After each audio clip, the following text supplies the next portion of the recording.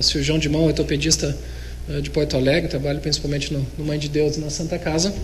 Vou falar um pouquinho sobre as fraturas do antebraço. Então, a princípio, que poderia ser um tema banal, um tema simples, assim, fratura do antebraço, botar a placa, tá bom, mas revisando a literatura, se vê que tem vários tópicos, várias dicas, várias dúvidas que pode ter em todo mundo que trata esse tipo de lesão. Então, quais são os principais objetivos desses minutinhos que eu vou ter com vocês aqui? Primeiro é responder algumas dúvidas. Quando operar? Por que operar? Segundo é como operar? Quais são as diferentes técnicas, diferentes tipos de fixação que a gente tem à disposição para tratar esse tipo de fratura? E a terceira é algumas dicas, alguns truques em relação a como evitar complicações. Complicações em relação à consolidação viciosa, em relação às infecções, em relação a lesões vasculos nervosas e até a sinostose, que é um tipo de complicação que às vezes pode acontecer nas fraturas do antebraço. Então, falar um pouquinho, algumas particularidades das fraturas do antebraço. Então, esse tema, como o Rafael comentou, então vou especificar nas fraturas dos adultos e fratura do antebraço como fratura de ambos os ossos do antebraço. Então, descarto as lesões pediátricas e descarto também as fraturas luxações, como Monteja, Galeazzi e a Sexlopreste.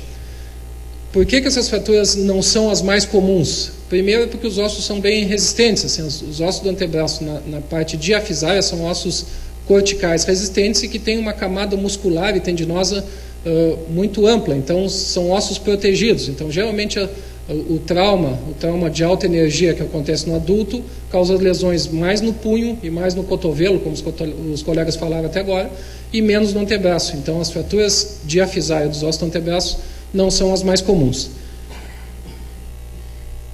Em relação ao mecanismo do trauma, então, como eu comentei, geralmente são pacientes adultos jovens que têm lesões de alta energia, e para causar fraturas dos ossos do antebraço pode ser causado tanto por lesões diretas, então por trauma direto, que geralmente são fraturas mais cominutivas, ou por trauma indireto, por um trauma no punho, no cotovelo, que cause essa lesão no meio do antebraço. E também tem as lesões complexas por fraturas expostas, por esmagamento, armas de fogo, que também pode causar fraturas de ambos os ossos do antebraço. O diagnóstico dessas lesões é um diagnóstico clínico, então o paciente já chega com uma incapacidade, uma deformidade grande no antebraço, então o diagnóstico não é a coisa mais difícil de se fazer. Sempre se confirma com o raio-x pegando as articulações satélites, então sempre o raio-x incluir o punho e o cotovelo, até para descartar qualquer tipo de lesão ligamentar nessas articulações. E geralmente não há necessidade, diferente das fraturas do cotovelo ou fraturas do punho, que muitas vezes a gente pede uma tomografia, ressonância para fazer uma investigação um pouquinho melhor, ou dos fragmentos, ou uma investigação ligamentar. Nas fraturas do antebraço, um raio-x bem feito, em 2 incidências, geralmente já dá as informações necessárias que a gente precisa para o tratamento. Pensar sempre que se tem a fratura de um osso do antebraço isolada, deslocada, fazer um raio-x do punho ou do cotovelo para descartar essas lesões de Monteja ou Galeazzi. Então, sempre pensar quando se tem fratura só de um osso no meio do antebraço, sinal que vai ter uma lesão ou no punho ou no cotovelo. Então, falando daquelas perguntas que eu fiz inicialmente nos primeiros slides, quando operar? Por que a gente tem que operar? Até se pode tentar o tratamento conservador nas raras fraturas não deslocadas dos ossos do antebraço. Então, existe esse tipo de tratamento para as fraturas sem deslocamento nenhum. E por que se tem que operar as fraturas deslocadas? Se viu em trabalhos antigos que até 92% dos pacientes têm mau resultado com o tratamento conservador. Isso aí não é por falha de consolidação. Geralmente, colocando uma tala, colocando uma imobilização, as fraturas consolidam. Só que a força muscular que age nesses fragmentos ósseos acabam causando uma deformidade e principalmente uma rotação que o paciente acaba perdendo, principalmente a pronospinação do antebraço. Então, o principal objetivo do tratamento cirúrgico é o alinhamento ósseo, fazendo melhorar essa perda de rotação dos fragmentos, e isso aí não vai ter perda da mobilidade. Então, o objetivo do tratamento cirúrgico, o objetivo de se abrir e colocar placa, primeiro é manter o alinhamento ósseo. Segundo, é corrigir, manter esse alinhamento rotacional. E terceiro, é manter o espaço interósseo, isso aí para prevenir esse desvio rotacional e também prevenir a sinostose, a consolidação entre os diferentes ossos, entre os 2 ossos radial. Como operar? Então, assim, a gente já definiu que se tenta tratamento conservador nas fraturas nas fraturas deslocadas do antebraço, muitas vezes tu vai ter um desvio rotacional. Então, como que a gente opera? Como que a gente coloca essa placa? Isso aí foi definido pela técnica OR há 50 anos atrás. E diferentes truques foi dando de 50 anos para cá, mas o conceito principal foi mantido. Então, há 50 anos atrás, no primeiro livro da O, eles preconizavam 5 corticais com parafuso 4.5. Hoje em dia a gente já põe 6 corticais com parafuso 13,5. E esse parafuso 4.5 acabou levando uma taxa de refratura ou de lesões pelo furo do parafuso ser muito, pelo diâmetro do parafuso ser grande e ser uma zona de estresse que pode causar fratura. Então, geralmente se usa essas placas DCP de 13,5, fazendo compressão no foco de fratura. Isso aí leva a uma consolidação primária. Essa consolidação primária é uma consolidação sem calo ósseo, então acaba a compressão dos fragmentos já levando à consolidação. 3 parafusos para cada lado e 97% de bons resultados. Sempre que se quer, principalmente no trauma, pegar qualquer truque ou qualquer tipo de posicionamento ou de abordagem, esse site da OR, que é a orfoundation.org, só põe o tipo de fratura.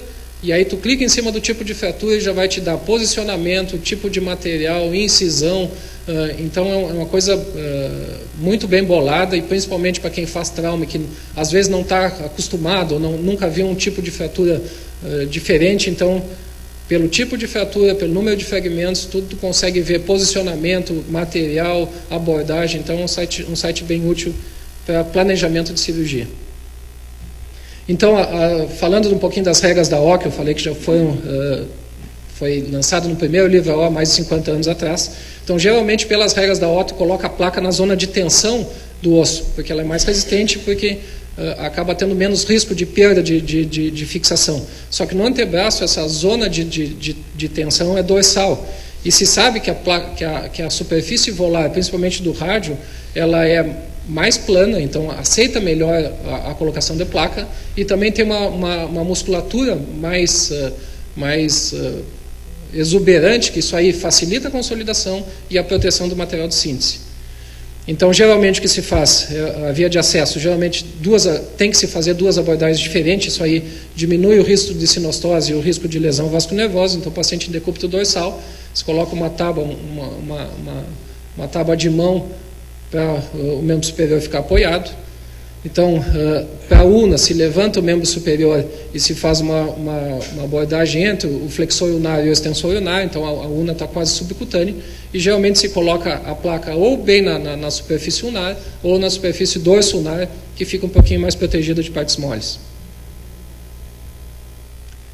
Já em relação à parte do rádio, com uma regra mais ou menos assim, a parte distal do rádio se faz mais abordagem volar, que é a abordagem de Henry, e no terço médio ou no terço proximal pode ser feito ou dorsal ou volar. Então a Henry pode ser feita na parte proximal também, ou a abordagem de Thompson. Vou falar um pouquinho mais de cada um delas. Assim, a abordagem de Henry, ela é preferível na parte distal. Então, geralmente, quem está mais acostumado a fazer as osteossíntese de punho é bem tranquilo em relação a essa abordagem.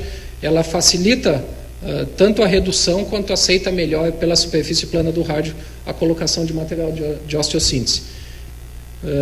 Aqui mostrando a diferença das duas na região proximal. Então, geralmente a abordagem de Thompson tem que ter um cuidado com o nervo interósseo posterior, e também a de Henry, mas na de Thompson se faz a pronação do punho. Isso aí protege o interósseo posterior, e para fazer a abordagem anterior se faz a supinação. Então, também com a supinação se tira o nervo interósseo posterior de perto da abordagem. Então, o que se fixa primeiro, o rádio ou a UNA? Há um consenso na literatura que hoje não tem regra. Se fixa, isso aí é a primeira da preferência do cirurgião, e também se faz primeiro que tem menos combinação, que tem uma redução mais fácil. Então, esse aí vai servir como parâmetro para facilitar a osteossíntese do osso que está mais difícil. Pós-operatório, não se fecha a face antebraquial por risco de síndrome compartimental. Eu, pessoalmente, não uso dreno.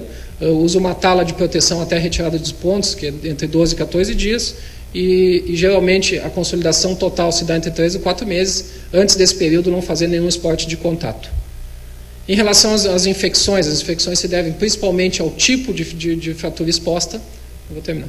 Em relação aos tipos de fratura exposta, então tipo 1, 2 e 3A pode ser feita osteossíntese aguda, tipo 3B e 3C tem que cuidar principalmente a contaminação de partes moles. Então, enxerto de ilíaco, principalmente quando está uma cominução acima de 60 graus, acima de 60% da cortical. E em relação à retirada de material de síntese, só se advoga quando tem algum sintoma relacionado à placa e após 18 meses. E se viu que tem mais complicação, isso aí quando antigamente se usava parafusos 4.5. E 2 casos, então, mostrando fratura dos ossos do antebraço, fixação com a técnica O, com parafuso interfragmentar. Aqui outro caso, mostrando um rádio distal e uma una proximal, também fixação com 2 placas. Muito obrigado.